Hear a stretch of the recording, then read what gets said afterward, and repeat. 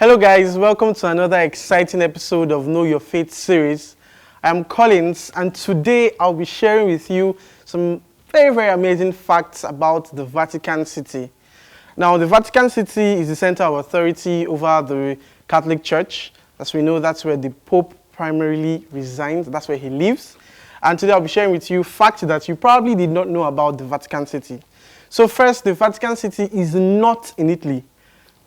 They say it's at the center of Rome, but it's actually not in Italy. It's an independent state of its own with about 49 hectares. It's quite small anyway.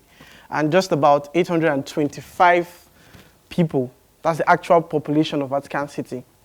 Of which about 50% of them don't actually live there.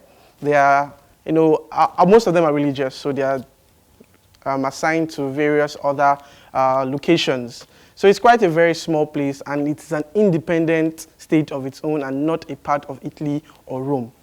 2, the Vatican City has a dress code, and I don't just mean like I'm not saying school uniform kind of dress code, but the kind of how do you dress to enter a holy place basically, because of the kind of structure that the Vatican City has.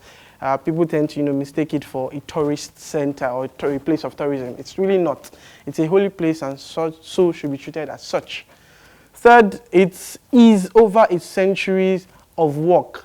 One of the largest churches in the world, St. Peter's Basilica, was built for over 120 years, between 1506 to 1626. Cool, yeah? But it's still not the largest church in the world anyway. The largest church is the Basilica of Our Lady of Peace in Ivory Coast, Africa. Yeah. I'm guessing that also took just as long, but the one in Vatican City is still one of the longest it's still one of the structures with the longest amount of time. Fourth, there is a 2,000-year-old cemetery right underneath the Basilica, and there are beliefs or rumors, I won't say beliefs anyway, that St. Peter, that was the location in which St. Peter was martyred when he was hung upside down on the cross. And there are beliefs that his bones are still, beneath that location till date. 6, the Vatican City has its own constitution, has its own laws, its own police, its own prison. Basically, think of it like a country on its own. All the things a country would have, it has. 6th is the Vatican City is a prime destination for scholars. I mean, it has one of the oldest libraries, and the library is part of the Vatican City Museum, which to an extent can be seen as some sort of, it's an interesting place to be in, so some sort of tourist attraction when you're actually there. So we have scholars from all over the world coming over to the Vatican City because we have, archives of Latin, Greeks, and a whole lot of languages in the library.